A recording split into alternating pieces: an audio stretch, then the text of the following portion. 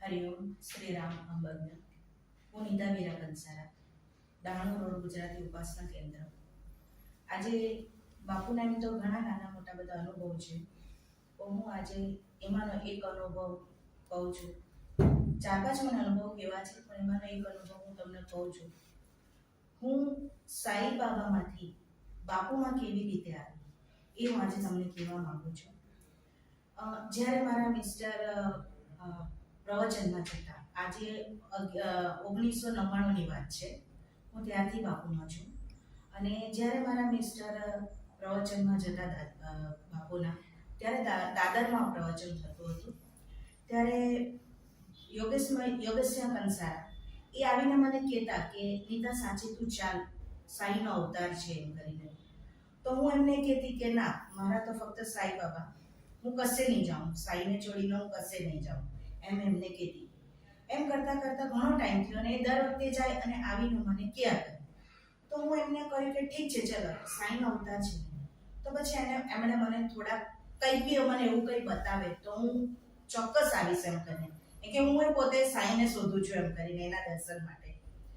તો એક દિવસે મને સપનામાં આવ્યું, સાઈ બાબા આખા વ્હાઈટ કપડાં પહેરે છે, વ્હાઈટ ઓરેન્જ બધા પહેરે છે, પણ તે ટાઈમે આખા વ્હાઈટ જબ્બો અને આવી રીતે આમ કરીને ઊભા હતા.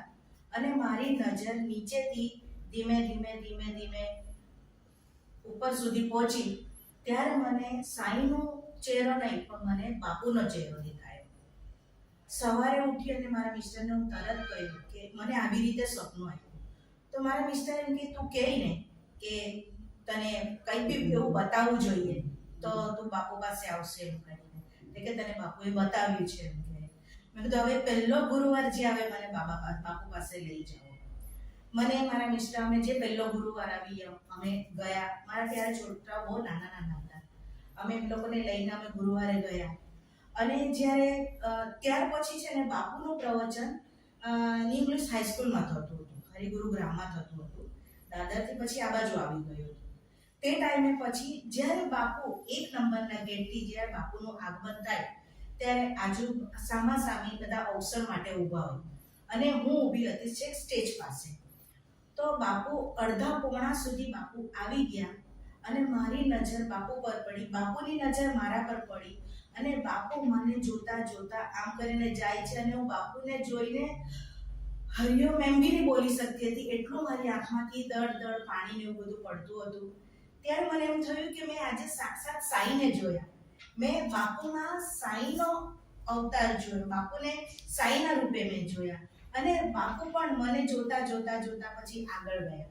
હું આવી રીતે પછી બાબામાંથી બાપુની ભક્તિમાં હું આવી રીતે આવી ગઈ. ત્યારનો દિવસ તે આજની ઘડી સુધી હું એની દર ઉપાસના અટેન્ડ કરું છું, સેવામાં જાઉં છું, એમની ભક્તિ કરું છું, બસ એનામાં જ રહું છું. હરિઓમ શ્રી રામ.